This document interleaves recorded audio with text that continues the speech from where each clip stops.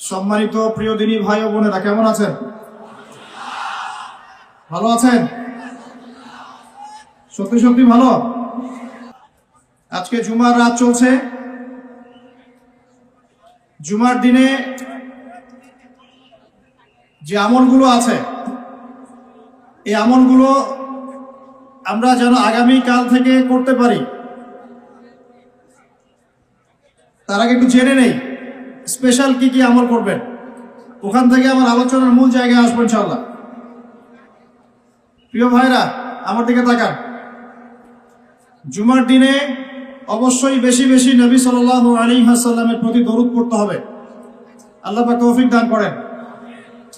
বেশি বেশি দরুদ কেন? জুমার দিনে নবী সাল্লাল্লাহু আলাইহি ওয়াসাল্লামের কাছে স্পেশালি এই দরুদ এবং সালামগুলো পেশ করা হয়, এবং আপনি যত বেশি দরুদ পড়বেন, নবীর উপর সালাম পেশ করবেন, আল্লাহ পাকের রহমত তত বেশি আপনার উপর নাজিল হবে। আল্লাহ রহমত চাই না চাই না? একবার দরুদ পড়লে আল্লাহ পাক 10 বার রহম করবেন ইনশাআল্লাহ। 10টা গুনাহ আল্লাহ মাফ করে দিবেন, মর্যাদার স্তর 10 গুণ বাড়াই দিবেন, এবং আল্লাহ পাক আপনার আমলনামা থেকে 10টা পাপ মিটিয়ে দিবেন। তাহলে আমরা যখনই নবীর নাম শুনবো বলবো সাল্লাল্লাহু আলাইহি ওয়াসাল্লাম। কি বলবো ভাই? আমার সাথে সংক্ষিপ্ত একটা দরুদ পড়েন। আল্লাহুম্মা সাল্লি আলা মুহাম্মদ, আল্লাহুম্মা বারিক আলা মুহাম্মদ, অথবা আল্লাহুম্মা সাল্লি আলা মুহাম্মদ ওয়া সাল্লিম। আল্লাহুম্মা সাল্লি আলা মুহাম্মদ ওয়া সাল্লিম, অথবা আল্লাহুম্মা সাল্লি ওয়া সাল্লিম আলা নবীনা মুহাম্মদ। জুমার দিনে একটা কাজ পেলাম। 2, জুমার দিনে আমরা সকাল সকাল গোসল করবো ইনশাআল্লাহ। আগে আগে মসজিদে যাব, পায়ে হেঁটে মসজিদে যাব, এবং ইমামের কাছাকাছি বসার চেষ্টা করব। ইমাম সাহেবের খুতবা মনোযোগ সহকারে শ্রবণ করার চেষ্টা করব, এবং খুতবা চলাকালীন কথাবার্তা বলবো না, কাউকে ডিস্টার্ব করব না। ইমামের সাথে নামাজ শেষ করব। নবী সাল্লাল্লাহু আলাইহি ওয়াসাল্লাম বলেছেন, প্রত্যেক পদক্ষেপের বিনিময়ে 1 বছরের নফল রোজা, 1 বছরের নফল নামাজের নেকি হবে ইনশাআল্লাহ। পারবো ইনশাআল্লাহ? 3 নাম্বার, জুমার দিনে 2টা ওয়াক্ত আছে। কয়টা? 2টা ওয়াক্ত উলামায়ে কেরামের ইজতিহাদ। হাদিসে আছে একটা সময়, হাদিসে আছে একটা সময়। উলামায়ে কেরামের সালাফের ইজতিহাদ যে এটা দুটো হতে পারে, মানে এই সময়ও হতে পারে, এই সময়ও হতে পারে। যে সময় আপনি যে দোয়াই করবেন কবুল হবে ইনশাআল্লাহ। যে দোয়াই করবেন কবুল হবে ইনশাআল্লাহ। 2টা ওয়াক্ত হচ্ছে, 1 যখন ইমাম সাহেব খুতবা শুরু করেন, এই সময় থেকে নিয়ে নামাজ শেষ হওয়া পর্যন্ত এইটুক সময়ে দোয়া কবুল হবে ইনশাআল্লাহ। আমরা দোয়া কবুল হওয়ার ওয়াক্তগুলো জানি না, তাই দোয়া কবুলের জন্য এখানে ওখানে ধন্না দেয়। অথচ জুমার দিনে আল্লাহ পাক আপনার দোয়া কবুল করার জন্য একদম হাজির। জুমার দিন যখন খুতবা শুরু হবে, আপনি দোয়া করা শুরু করবেন মনে মনে। আর খুতবার দ্বিতীয় অংশে ইমাম সাহেব দোয়া করেন, খুতবার দ্বিতীয় অংশে ইমাম সাহেব দোয়া করেন, আমরা বুঝি না বলেই দোয়ায় আমিন পর্যন্ত বলি না। কি বলি না? এই হচ্ছে আমাদের জেনারেশনের অবস্থা। আমরা জানিও না যে কোনটা দোয়া। বাংলাদেশের 90% মানুষ জেনারেল ব্যাকগ্রাউন্ডের, তাদের মধ্যে বেশিরভাগ মানুষই জানে না যে কোনটা দোয়া হচ্ছে। আরেকটা কথা হচ্ছে, এগুলো যে দোয়া, এটা যদি মসজিদ কমিটিও জানতো, আমার ধারণা ইমাম সাহেবের চাকরি থাকতো না। না বুঝে ঠিক বলছেন। ইমাম সাহেব দোয়া করে আল্লাহুম্মা আইজ্জাল ইসলাম ওয়াল মুসলিমিন, বলেন আমিন। ইমাম সাহেব দোয়া করেন আল্লাহুম্মা আইজ্জাল ইসলাম ওয়াল মুসলিমিন, আল্লাহ ইসলাম এবং মুসলমানদেরকে ইজ্জত সম্মান দান করো। বুঝলেন কি দোয়া করেন? আল্লাহ আপনি মুসলমানদেরকে আর ইসলামকে ইজ্জত এবং সম্মান দান করেন। তখন আমরা বলি আমিন। ওয়া আযিল্লাশ শিরকা ওয়াল মুশরিকিন, আল্লাহ শিরক এবং মুশরিকদেরকে আপনি জিল্লতি দেন, ধ্বংস করেন। ওয়া দাম্মির আ'দা'আদ-দ্বীন ওয়ানসুর ইবাদাকাল মুমিনিন, আল্লাহ তোমার মুমিন বান্দাদেরকে তুমি সাহায্য করো। ইমাম সাহেব বলেন আল্লাহুম্মা উনসুর মান নাসারা দীন মুহাম্মদ সাল্লাল্লাহু আলাইহি ওয়াসাল্লাম।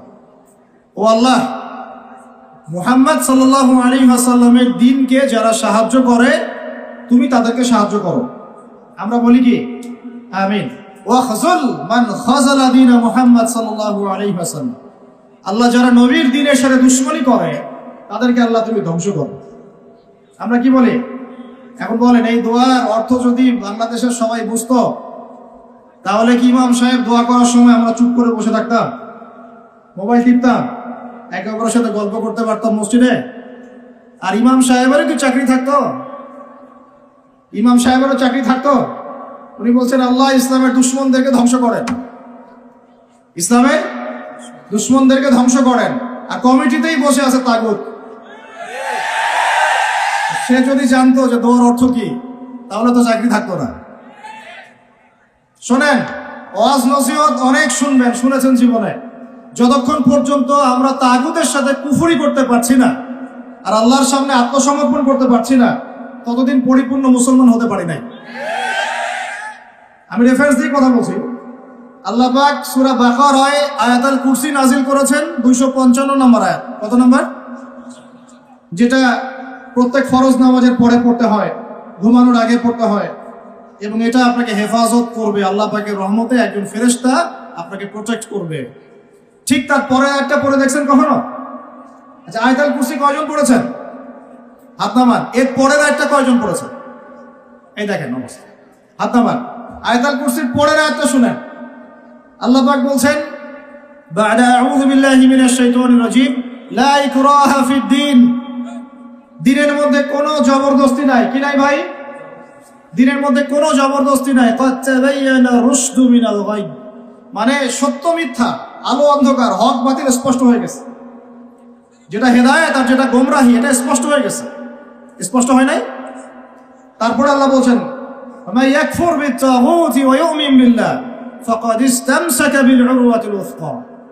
এই আয়াতটা তো আমরা অনেকে জানি না। আল্লাহ পাক বলেছেন, মান ইয়াকফুর বিত-তাগুত, যে বা যারা তাগুতকে অস্বীকার করলো বা তাগুতের সাথে কুফরি করলো, ওয়া ইউমিন বিল্লাহ, এবং আল্লাহর প্রতি ঈমান নিয়ে আসলো, ফাকাদ ইসতামসাকা বিল উরওয়াতিল উসকা, সে ব্যক্তি একটা শক্ত রশি আঁকড়ে ধরলো, লা ইনফিসামা লাহা, যেটা কখনো ছিঁড়ে যাবে না ইনশাআল্লাহ।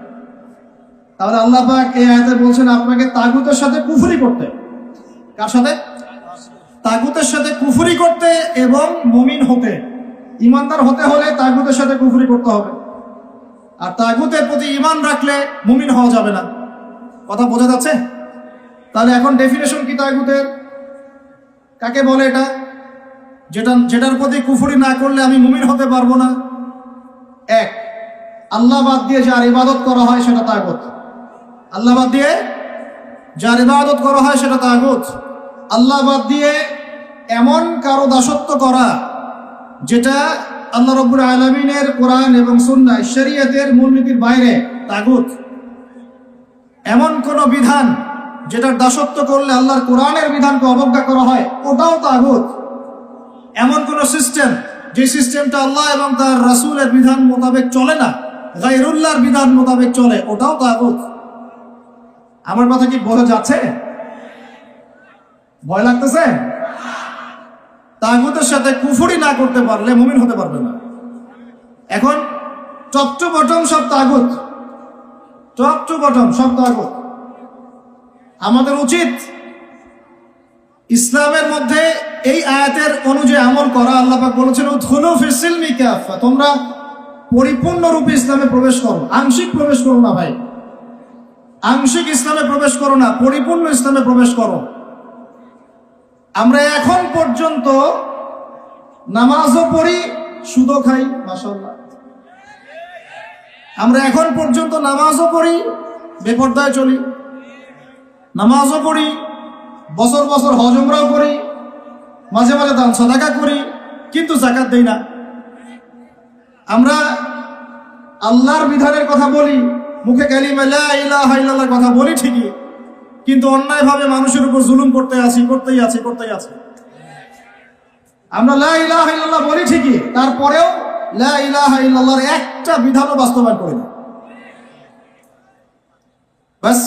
এখন কতটুকু মুমিন আছি আর কতটুকু মুসলমান আছেন, আর এই প্রোটেস্ট্যান্ট ভার্সন ইসলাম পালন করলে কি ফায়দা হবে, এটা আপনি বুঝতে চেষ্টা করেন। বলছিলাম যে অন্তত পক্ষে জুমার খুতবা চলাকালীন এবং জুমার খুতবায় যে দোয়াগুলো হয় তখন আমিনটুকু বলেন। আমাদের আরবির এমনই বেহাল দশা, ইমাম সাহেব কি তেলাওয়াত করছে ওইটুকু আমাদের জ্ঞান নাই। ইমাম সাহেব তেলাওয়াত করছে ইয়া আইয়ুহাল্লাযীনা আমানু ইত্তাকুল্লাহ, হে মুমিনগণ তোমরা আল্লাহকে ভয় করো, ওয়া যারু মা বাকিয়া মিনার রিবা, তোমরা সুদের অবশিষ্ট অংশ মানে সুদ ছেড়ে দাও, ইন কুনতুম মুমিনিন, যদি প্রকৃতপক্ষে মুমিন হয়ে থাকো তাহলে ছেড়ে দাও। কি ছেড়ে দাও ভাই? সুদ। কে বলছেন? আল্লাহ। তারপরে আল্লাহ পাক বলছেন ওয়া ইল্লাম তাফআলু, যদি তোমরা সুদ না ছাড়ো, ফাআযানু বিহারবিন মিনাল্লাহি ওয়া রাসূলিহি, তোমরা আল্লাহ এবং তার রাসূলের সাথে যুদ্ধের ঘোষণা শুনে নাও। কি বুঝলেন? কি বুঝলেন? যে ব্যক্তি সুদ খায় সে কার সাথে যুদ্ধ করতেছে? আর রাসূলের সাথে। যে ব্যক্তি সুদ খায় সে আল্লাহর সাথে যুদ্ধ করে, রাসূলের সাথে যুদ্ধ করে। মুসল্লি যারা দাঁড়িয়ে আছে, ইমাম সাহেব তেলাওয়াত করছে এই আয়াতটা, মুসল্লি হাই উঠাচ্ছে, হাই উঠেছে। এই হলো আমাদের আরবির অবস্থা। কোরআনের যে ক আমরা জানি না, এটা তার অবস্থা। এই জন্যেই বাংলাদেশের মতো জায়গায় যারা 1.5 মিনিটের খুতবা দিতে 30টা ভুল করে, তারাও শায়েখ হয়ে বসে আছে। 1.5 মিনিটের খুতবা, খালি ইন্নাল হামদুলিল্লাহি নাহমাদুহু ওয়া নাস্তাঈনুহু ওয়া নাস্তাগফিরুহু ওয়া নু'মিনু বিহি ওয়া নাতাওয়াক্কালু আলাইহি বলতে থাকতে হবে। 1.5 মিনিট লাগবে। এর মধ্যে 30টা ভুল হচ্ছে। ভুলগুলো এমন যে একটার সাথে একটার অর্থ এত পার্থক্য হচ্ছে আসমান আর জমিন। বুঝেন, সূরার ফজিলত শুনেছেন, সূরা ভাষায় পড়বেন। আগে আপনারা কোরআন তেলাওয়াত সহি করেন। কোরআন তেলাওয়াত সহি না করে কোরআন পড়তে আইসেন না। কোরআন তেলাওয়াত পড়তে আইসেন না মানে বুঝাচ্ছি তাফসিরে যায়েন না, তাফসির ব্যাখ্যা বিশ্লেষণ এখানে যায়েন না। আগে আপনাকে কোরআন তেলাওয়াত সহি করতে হবে। আগে কোরআন তেলাওয়াত সহি করতে হবে। আলহামদু অর্থ দ্বারাই আল্লাহ পাকের জন্য সমস্ত প্রশংসা। শুধু হায়ের মাখরাজ ভুল হলেই, আলহামদু বললেই অর্থ উল্টা যায়। সমস্ত নিন্দা আল্লাহর জন্য। নাউজুবিল্লাহ বলেন, নাউজুবিল্লাহ। কুল হুয়াল্লাহু আহাদ শুনেছেন, কুলের কাফ ভুল হলে আপনার অর্থ চেঞ্জ হয়ে যাবে। পড়ছেন আলিফ লাম মিম যালিকাল কিতাব লা রাইবা ফিহি। আলিফ লাম মিম এটা এমন একটা কিতাব যে কিতাবে কোনো সন্দেহ নাই। লা মানে বলেন, লা মানে নাই, রাইব মানে সন্দেহ, ফিহি মানে এর মধ্যে, ফিহি মানে এর মধ্যে মানে কোরআনের মধ্যে। তো এখন লা মানে নাই, যেটাতে মদ আছে, আর যেটা লা, যেমন ইন্নাল ইনসানা লাফি খুসর, ইন্না নিশ্চয়ই, আল ইনসান মানুষ, মানব জাতি। লা মানে এখানে অবশ্যই, এই লা এর উপর মদ নাই। ফি মানে মধ্যে, খুসর মানে ক্ষতি। নিশ্চয়ই মানুষ অবশ্যই ক্ষতির মধ্যে আছে। এক লা এর অর্থ না, আর এক লা এর অর্থ অবশ্যই হ্যাঁ। আমি বুঝাতে পারতেছি ভাই? এক লা এর অর্থ বলেন না, আরেক লা এর অর্থ অবশ্যই হ্যাঁ। এখন আপনি যদি পড়েন যালিকাল কিতাব লা রাইবা ফিহি, কি অর্থ দাঁড়ায়? আপনি অর্থ করেন দেখি কি অর্থ দাঁড়ায়। এটা এমন একটা বই, নাউজুবিল্লাহ, যে বইয়ের মধ্যে অবশ্যই, আস্তাগফিরুল্লাহ, কি হলো এটা? কুফর, ঈমান থেকে কুফর। কুল ইয়া আইয়ুহাল কাফিরুন, বলো হে কাফের সম্প্রদায়, লা আ'বুদু মা তা'বুদুন, আমি তার ইবাদত করি না যার ইবাদত তোমরা করো। লা আ'বুদু, এখানে মত আছে, লা আ'বুদু, আমি ইবাদত করি না, মা তা'বুদুন, যার ইবাদত তোমরা করো। এটা ঈমান কিনা? ঠিক আছে তেলাওয়াত। এখন যদি লাম চেঞ্জ করে দেন, যদি বলেন যে লা আ'বুদু মা তা'বুদুন, কি অর্থ হবে? মানুষ তো বোঝেই না যে তাসাআলুনা বিহি ওয়াল আরহাম বলছে, তাসআলুনা বিহি ওয়াল আরহামের অর্থ কি পার্থক্য? বিসমিল্লাহির রহমানির রহিম বলছে কি?